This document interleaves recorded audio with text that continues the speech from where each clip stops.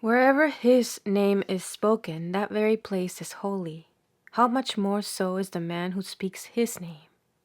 And with what veneration ought we to approach that man out of whom comes to us spiritual truth? Such great teachers of spiritual truth are indeed very few in number in this world, but the world is never altogether without them. They are always the fairest flowers of human life.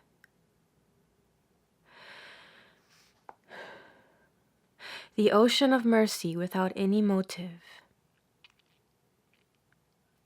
Know the Guru to be me, says Sri Krishna in the Bhagavata. The moment the world is absolutely bereft of these, it becomes a hideous hell and hastens on to its destruction.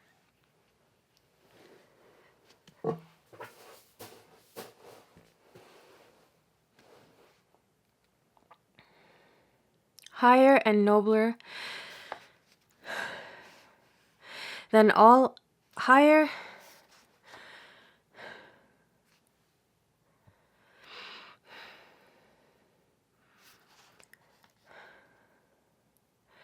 higher and nobler than all ordinary ones are another set of teachers, the avatars or of Ishvara in the world. They can transmit spirituality with a touch, even with a mere wish. The lowest and the most degraded characters become in 1 second saints at their command. They are the teachers of all teachers, the highest manifestations of God through man. We cannot see God except through them. We cannot help worshipping them, and indeed they are the only ones whom we are bound to worship. No man can really see God except through these human manifestations.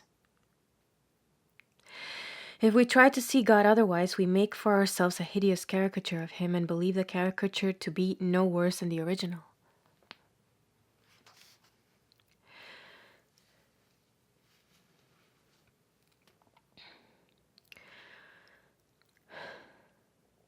There is a story of an ignorant man who was asked to make an image of the god Shiva and who, after days of hard struggle, manufactured only the image of a monkey. So whenever we try to think of God as he is in his absolute perfection, we invariably meet with the most miserable failure, because as long as we are men, we cannot conceive him as anything higher than man. The time will come when we shall transcend our human nature and know him as he is. But as long as we are men, we must worship him in man as man. Talk as you may, try as you may, you cannot think of God except as a man. You may deliver great intellectual discourses on God and on all things under the sun, become great nationalists, rationalists, and prove to your satisfaction that all these accounts of the avatars of God as man are nonsense. But let us come for a moment to practical common sense. What is there behind this kind of remarkable intellect? Zero, nothing, simply so much froth. When next you hear a man delivering a great intellectual lecture against this worship of the avatars of God, get hold of him and ask him what his idea of God is, what he understands by omnipotence, omnipresence, and all similar terms beyond the spelling of the words. He really means nothing by them. He cannot formulate as their meaning any idea unaffected by his own human nature. He is no better off in this manner than the man in the street who has not read a single book. That man in the street, however, is quiet and does not disturb the peace of the world. While this big talker creates disturbance and mystery among mankind. Religion is, after all, realization, and we must make the sharpest distinction between talk and intuitive experience. What we experience in the depths of our souls is realization. Nothing indeed is so uncommon as common sense in regard to this matter. By our present constitution, we are limited and bound to see God as man. If, for instance, the buffaloes want to worship God, they will, in keeping with their own nature, see him as a huge buffalo.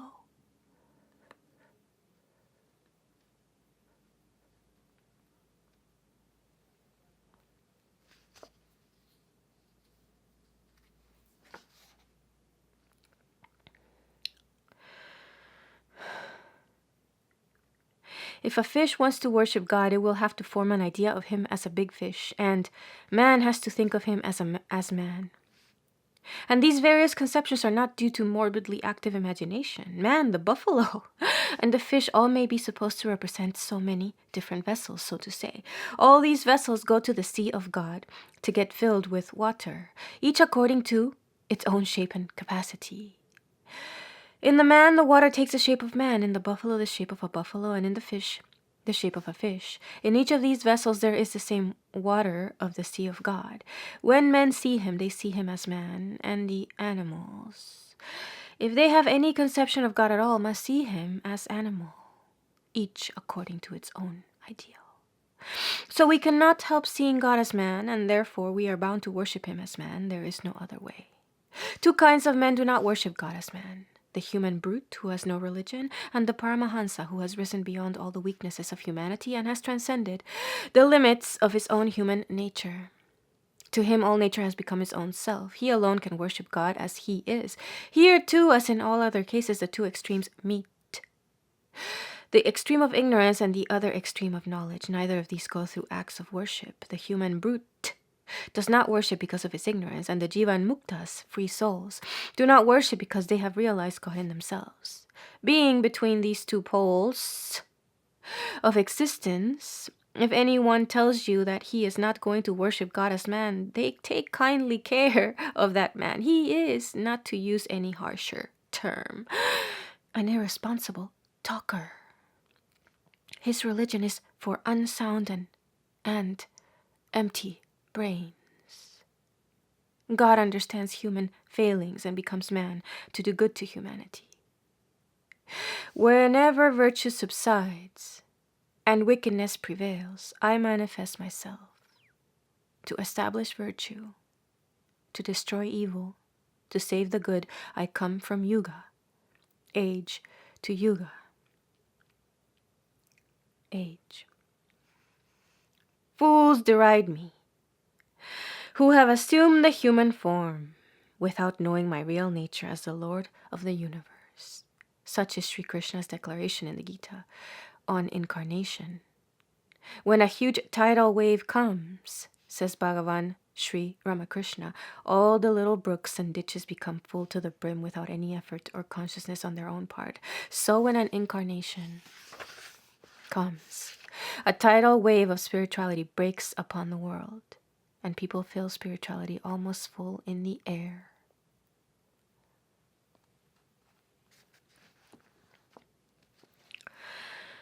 But we are now considering not these Mahapurushas, the great incarnations, but only the Siddha Gurus, teachers who have attained the goal. They, as a rule, have to convey the gems of spiritual wisdom to the disciple by means of words, mantras, to be meditated upon. What are these mantras? The whole of this universe has, according to Indian philosophy, both name and form, namarupa, and its conditions of manifestation. In the human microcosm, there cannot be a single wave in the mind stuff, chitta vritti, unconditioned by name and form. If it be true that nature is built throughout on the same plan, this kind of conditioning by name and form must also be the plan of the building of the whole of the cosmos. As one lump of clay being known, all things of clay are known. So the knowledge of the microcosm must lead to the knowledge of the macrocosm. Now, form is the outer crust, of which the name or the idea is the inner essence or kernel. The body is the form, and the mind or the antakarana is the name, and sound symbols are universally associated with nama, name, in all beings having the power of speech.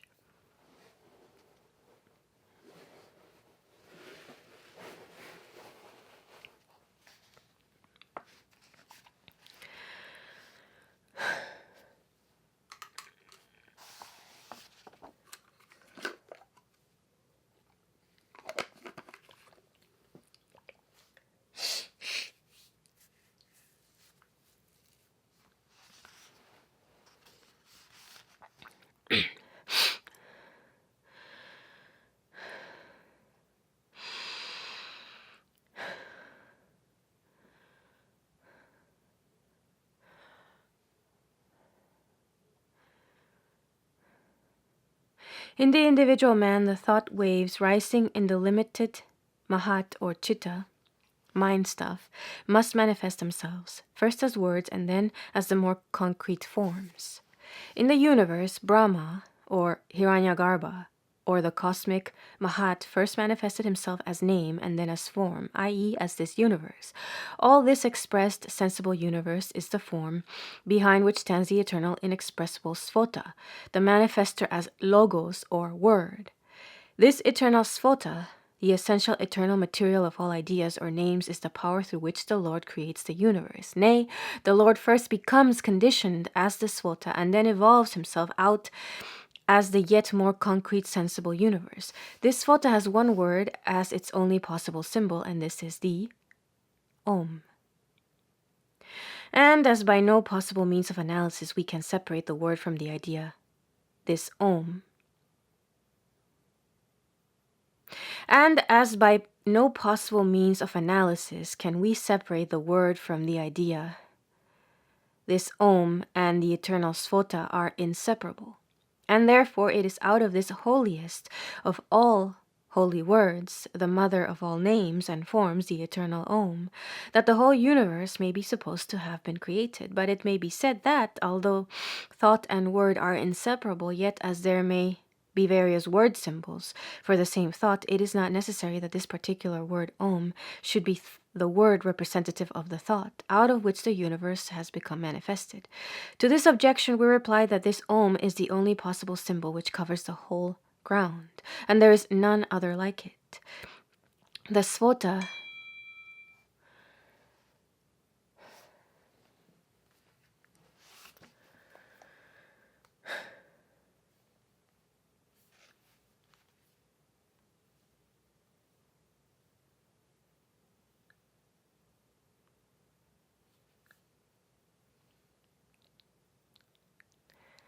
September 5th, 10:01.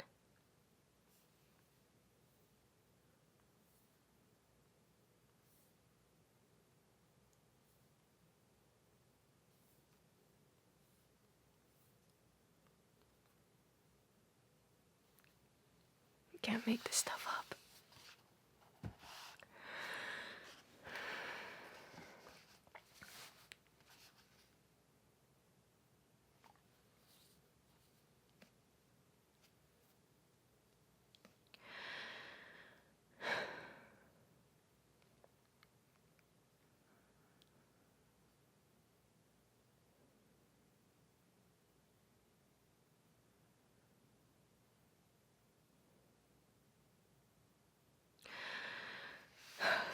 To this objection we reply that this Om is the only possible symbol which covers the whole ground, and there is none other like it. The Sphota is the material of all words, and yet it is not any definite word in its fully formed state.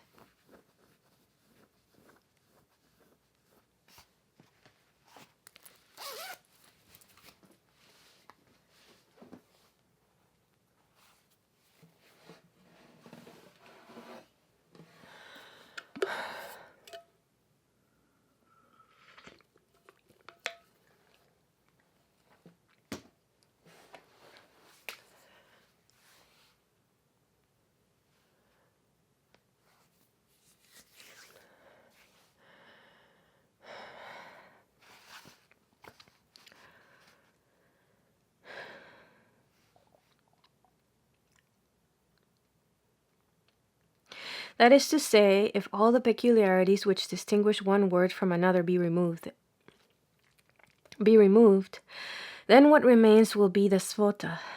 Therefore, this Sphota is called the Nada Brahma, the sound Brahman.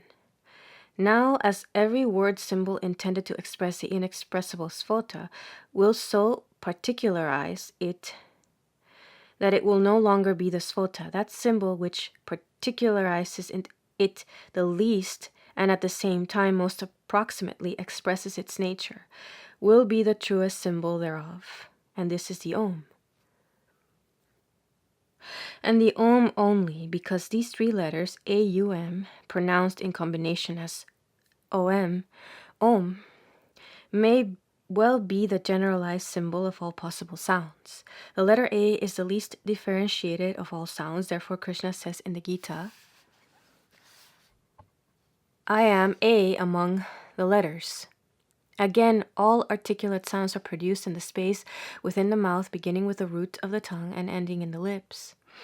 The throat sound is A, and M is the last lip sound, and the U exactly represents the rolling forward of the impulse which begins at the root of the tongue till it ends in the lips.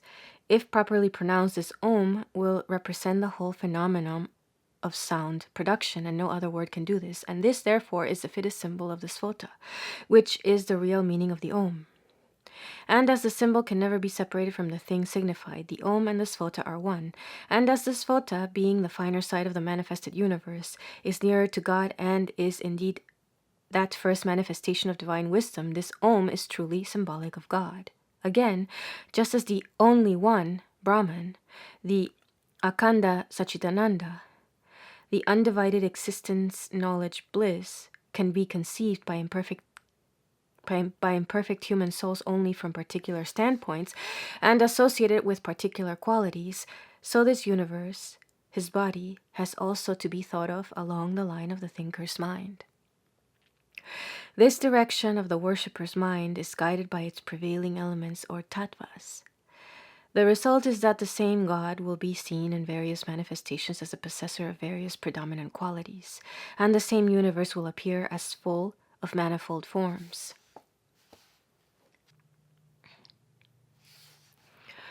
Even as in the case of the least differentiated and the most universal symbol, Om, thought and sound symbol are seen to be inseparably associated with each other. So also this law of their inseparable association applies to the many differentiated views of God and the universe. Each of them therefore must have a particular word symbol to express it. These word symbols evolved out of the deepest spiritual perception of sages. Symbolize and express as nearly as possible the particular view of God and the universe they stand for, and as the Om represents the Akhanda, and as the Om represents the Akhanda, the undifferentiated Brahman, the others represent the Khanda, or the differentiated views of the same being, and they are all helpful to divine meditation and the acquisition of true knowledge.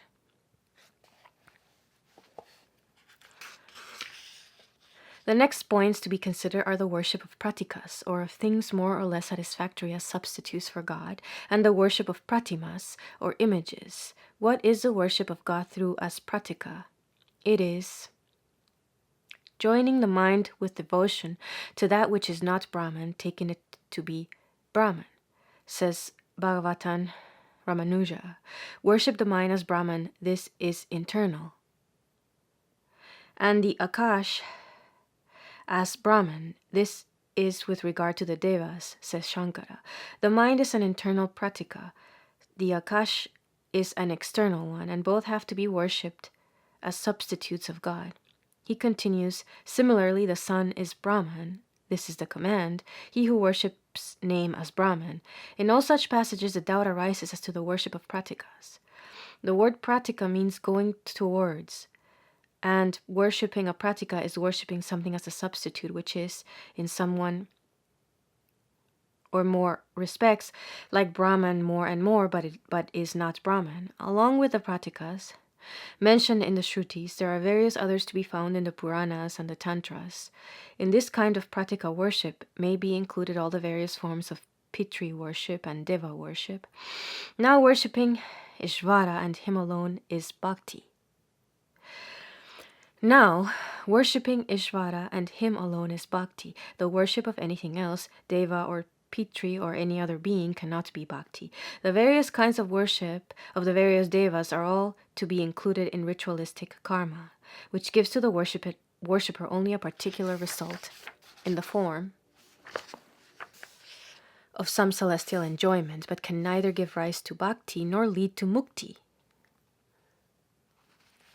One thing, therefore, has to be carefully borne in mind, if, as it may happen in some cases, the highly philosophical ideal, the supreme Brahman, is dragged down by pratika worship to the level of the pratika, and the pratika itself is taken to be the Atman of the worshipper, or his antaryamin,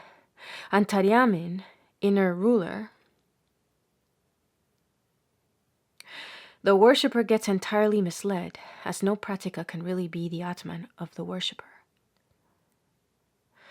But where Brahman himself is the object of worship, and the pratika stands only as a substitute or a suggestion thereof, that is to say, where through the pratika the omnipresent Brahman is worshipped, the pratika itself being idealized into the cause of all, Brahman, the worship is positively beneficial. Nay, it is absolutely necessary for all mankind until they have all got beyond the primary or preparatory state of the mind in regard to worship. When, therefore, any gods or other beings are worshipped in and for themselves, such worship is only a ritualistic karma. And as avidya, science, it gives us only the fruit belonging to that particular vidya. But when the devas or any other beings are looked upon as Brahman and worshipped, the result obtained is the same as by the worshipping of Ishvara. This explains how in many cases, both in the Shrutis and the Smritris, a god or a sage or some other extraordinary being is taken up and lifted, as it were, out of his own nature and idealized into Brahman, and then is worshipped, and is then worshipped.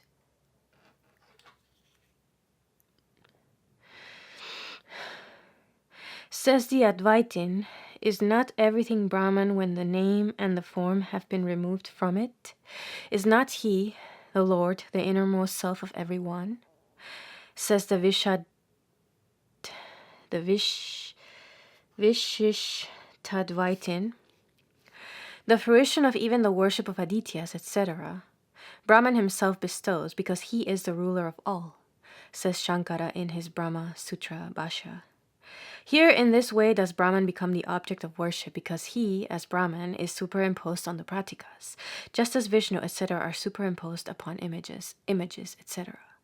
The same ideas apply to the worship of the pratimas as to that of the pratikas. That is to say, if the image stands for a god or a saint, the worship is not the result of bhakti, and does not lead to liberation. But if it stands for the one God, the worship thereof will bring both bhakti and mukti.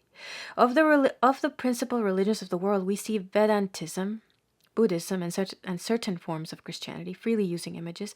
Only two religions, Mohammedanism and Protestantism, refuse such help. Yet the Mohammedans use the grave of their saints and martyrs almost in the place of images. And the Protestants, in rejecting all concrete helps to religion, are drifting away every year.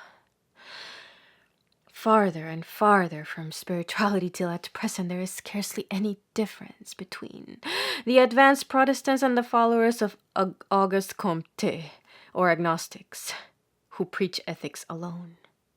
Again, in Christianity and Mohammedanism, whatever exists of image worship is made to fall under that category in which the pratika or the pratima is worshipped in itself, but not as a help to the vision. Drishti Saukaryam of God, but not as a help to the vision of God. Therefore, it is at best only of the nature of ritualistic karmas, and cannot produce either bhakti or mukti. In this form of image worship, the allegiance of the soul is given to other things than Ishvara, and therefore such use of images or graves or temples or tombs is real idolatry. It is in itself neither sinful nor wicked. It is a right, a karma, and worshippers must and will get the fruit thereof. The next thing to be considered is what we know as Ishtanishta. One who aspires to be a bhakta must know that so many opinions are so many ways. He must know that all the various sects of the various religions are the various manifestations of the glory of the same Lord. They call you by so many names. They divide you, as it were, by different names, yet each one of these is to be found. Yet in each one of these is to be found your omnipresence. Yet In each one of these is to be found your omnipotence. You reach the worshipper through all of these. Neither is there any special time so long as the soul has intense love for you. You are so easy to approach. You are so easy of approach. It is my misfortune that I cannot love you. Not only this, the Bhakta must take care not to hate nor even to criticize those radiant sons of light who are the founders of various sects. He must not even hear them spoken ill of. Very few indeed are those who are at once the possessors of an extensive sympathy and a power of appreciation, as well as an intensity of love. We find, as a rule, that liberal and sympathetic sects lose the intensity of religious feeling, and in their hands religion is apt to degenerate into a kind of political, social, club life. On the other hand, intensely narrow sectaries, whilst displaying a very commendable love of their own ideals, are seen to have acquired every particle of that love by hating everyone who is not of exactly the same opinions as themselves. Would to God that this world was full of men who were as intense in their love as worldwide in their sympathies. But such are only few, and far between. Yet we know that it is practicable to educate large numbers of human beings into the ideal of a wonderful blending of both the width and the intensity of love. And the way to do that is by this path of the Ishtanishta, or steadfast devotion to the chosen ideal. Every sect of every religion presents only one ideal of its own to mankind, but the eternal Vedantic religion opens to mankind an infinite number of doors for ingress into the inner shrine of divinity, and places before humanity an almost inexhaustible array of ideals, there being in each of them a manifestation of the Eternal One. With the kindest solicitude, the Vedanta points out to aspiring men and women the numerous roads, hewn out of the solid rock of the realities of human life by the glorious sons or human manifestations of God, in the past and in the present, and stands with outstretched arms to welcome all, to welcome even those that are yet to be, to that home of truth and that ocean of bliss, wherein the human soul, liberated from the net of Maya, may transport itself with perfect freedom and with eternal joy. Bhakti Yoga, therefore, lays on us the imperative command not to hate or deny any one of the various paths that lead to salvation. Yet the growing plant must be hedged round, protected, until it has grown into a tree. The tender plant of spirituality will die if exposed too early to the action of a constant change of ideas and ideals. Many people, in the name of what may be called religious liberalism, may be seen feeding their idle curiosity with a continuous succession of different ideals. With them, hearing new things grows into a kind of disease, a sort of religious drink mania. They want to hear new things just by way of getting a temporary nervous excitement. And when one such exciting influence has had its effect on them, they are ready for another.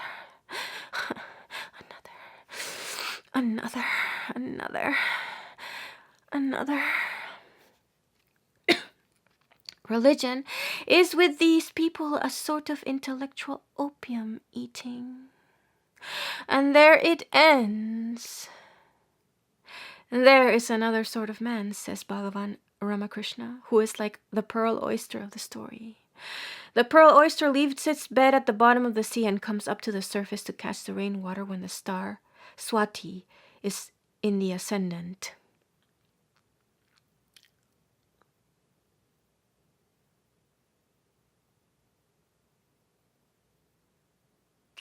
It floats about on the surface of the sea with its shell wide open until it has succeeded in catching a drop of the rainwater, and then it dives deep down to its seabed and there rests until it has succeeded in fashioning a beautiful pearl out of that raindrop.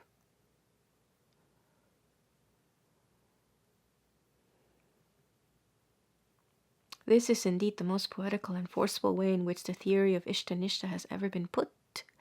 This ekanishta, or devotion to one ideal, is absolutely necessary for the beginner. In the practice of religious devotion, he must say with Hanuman in the Ramayana, though I know that the Lord of Shri and the Lord of Janak are both manifestations of the same Supreme Being, yet my all in all is the lotus-eyed Rama. Or as was said by the sage Tulsidas,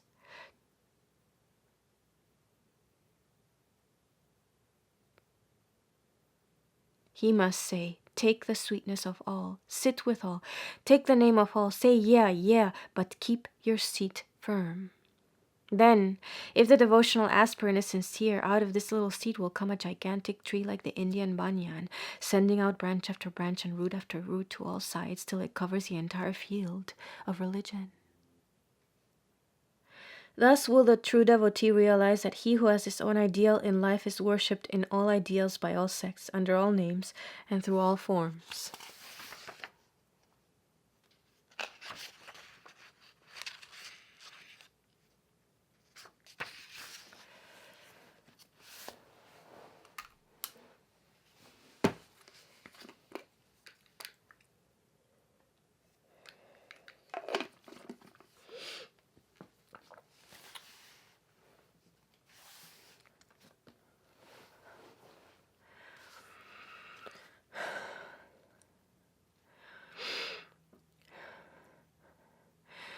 In regard to the method and the means of Bhakti Yoga, we read in the commentary of Bhagavan Ramanuja on the Vedanta Sutras, the attaining of that comes through discrimination, controlling the passions, practice, sacrificial work, purity, strength, and the suppression of excessive joy.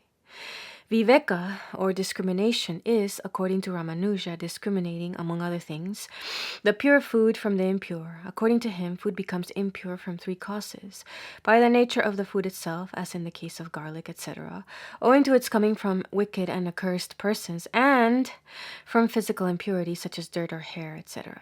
The Shrutis say when the food is pure, the sattva element gets purified, and the memory becomes unwavering. And Ramanuja quotes from this from the Chandogya Upanishad.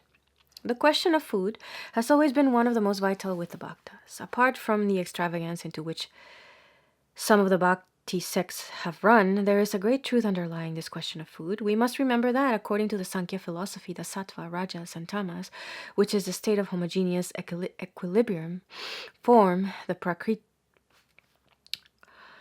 We must remember that, according to the Sankhya philosophy, the sattva, rajas, and tamas, which in the state of homogeneous equilibrium form the prakriti, and in the heterogeneous disturbed condition form the universe, are both the substance and the quality of prakriti. As such, they are the materials out of which every human form has been manufactured, and the predominance of the sattva material is what is absolutely necessary for spiritual development. The materials which we receive through our food and into our body structure go a great way to determine our mental constitution. Therefore, the food we eat has to be particularly taken care of. However, in this matter, as in others, the fanaticism into which the disciples invariably fall is not to be laid at the door of the masters. And this discrimination of food is, after all, of secondary importance. The very same passage quoted above is explained by Shankara in his Bhashya on the Upanishads in a different way, by giving an entirely different meaning to the word ahara, translated generally as food. According to him, that which is gathered in is ahar, the knowledge of the sensations, such as sound, etc., is gathered in for the enjoyment of the enjoyer, self. The purification of the knowledge which gathers in the perception of the senses is the purifying of the food, ahar. The word purification of food means the acquiring of the knowledge of sensations untouched by the defects of attachment, aversion, and delusion. Such is the meaning. Therefore, such knowledge or ahar being purified, the sattva material of the possessor, the internal organ, will become purified, and the sattva being purified, an unbroken memory of the Infinite One, who has been known in his real nature from scriptures, will result. These two explanations are apparently conflicting, yet both are true and necessary. The manipulating and controlling of what may be called the finer body, viz. the mood, are no doubt higher functions than the controlling of the grosser body of flesh. But the control of the grosser is absolutely necessary to enable one to arrive at the control of the finer. The beginner, therefore, must pay particular attention to all such dietetic rules as have come down from the line of his accredited teachers. But the extravagant, meaningless fanaticism which has driven religion entirely to the kitchen, as may be noticed in the case of many of our sects, without any hope of the noble truth of that religion ever coming out to the sunlight of spirituality, is a peculiar sort of pure and simple materialism. It is neither jnana nor bhakti nor karma. It is a special kind of lunacy. And those who pin their souls to it are more likely to go to lunatic asylums than to Brahmaloka. So it stands to reason that discrimination in the choice of food is necessary for the attainment of this higher state of mental composition, which cannot be easily obtained otherwise. Controlling the passions is the next thing to be attended to. To restrain the indriyas, organs, from going towards the objects of the senses, to control them and bring them under the guidance of the will, is the very central virtue in religious culture. Then comes the practice of self-restraint and self-denial. All the immense possibilities of divine realization in the soul cannot get actualized without struggle and without such practice on the part of the aspiring devotee. The mind must always think of the Lord. It is very hard at first to compel the mind to think of the Lord always, but with every new effort, the power to do so grows stronger in us. But with every new effort, the power to do so grows stronger in us. By practice, O son of Kunti, and by non-attachment, it attained, says Sri Krishna in the Gita. And then, as to sacrificial work, it is understood that the 5 great sacrificed, Panchamahayagnya, have to be performed as usual. Purity is absolutely the basic work, the bedrock upon which the whole bhakti building rests. Cleansing the external body and discriminating the food are both easy, but without internal cleanliness and purity, these external observances are of no value whatsoever. In the list of qualities conducive to purity as given by Ramanuja, there are enumerated satya, truthfulness, arjava, sincerity, daya, doing good to others without any gain to oneself, ahimsa, not injuring others by thought, word, or deed, anabhidya, not coveting others' goods, not thinking vain thoughts, and not brooding over injuries received from another. In this list, the one idea that deserves special notice is ahimsa, non-injury to others.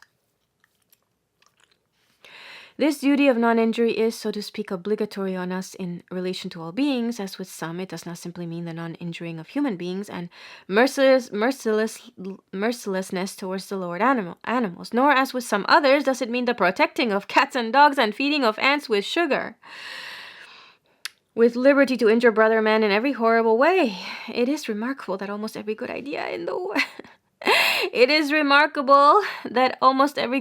in this world can be carried to a disgusting extreme. It is remarkable that almost every good idea in this world can be carried to a disgusting extreme. A good practice carried to an extreme and worked in accordance with the letter of the law becomes a positive evil. The stinking monks of certain religious sects who do not bathe lest the vermin on their bodies should be killed never think of the discomfort and disease they bring to their fellow human beings. They do not, however, belong to the religion of the Vedas. The test of ahimsa is absence of jealousy. Any man may do a good deed or make a good gift on the spur of the moment or under the pressure of some superstition or priestcraft. But the real lover of mankind is he who is jealous of none. The so-called great men of the world may all be seen to become jealous of each other for a small name, for a little fame, and for a few bits of gold. So long as this jealousy exists in a heart, it is far away from the perfection of ahimsa. The cow does not eat meat, nor does the sheep. Are they great yogis? Great non-injurers? Ahimsakas? Any fool may abstain from eating this or that. Surely that gives him no more distinction than to herbivorous animals. The man who will mercilessly cheat widows and orphans and do the vilest deeds for money is worse than any brute, even if he lives entirely on grass. The man whose heart never cherishes even the thought of injury to anyone, who rejoices at the prosperity of even his greatest enemy, that man is the bhakta. He is the yogi. He is the guru of all, even though he lives every day of his life on the flesh of swine.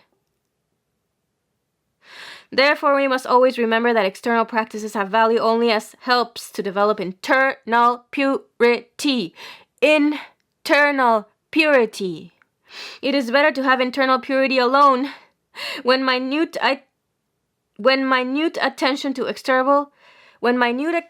attention to external observances is not practicable. But woe unto the man and woe unto the nation that forgets the real, internal, spiritual essentials of religion and mechanically clutches with death-like grasp at all external forms and never lets them go.